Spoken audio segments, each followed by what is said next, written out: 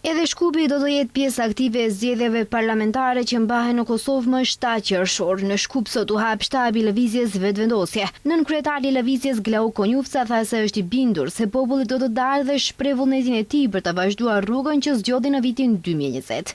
Këtu tradicionalisht popullata jonë shqiptare që e kemi në Maqedoninë e Veriut, nëse i numëroni lidhjet familjare, nëse i numëroni jetën tonë shoqërore të përbashkët, nëse i numëroni sa prej gjeneratave edhe para meje kanë studiu në Universitetin e Prishtinës, kanë banu në Prishtinë, pse jo edhe janë martu edhe i kemi gjitha ato lidhje të cilat na bëjnë që të ndihemi ne si një popull, një këmbë edhe shumë të lidhur me njëri tjetrin.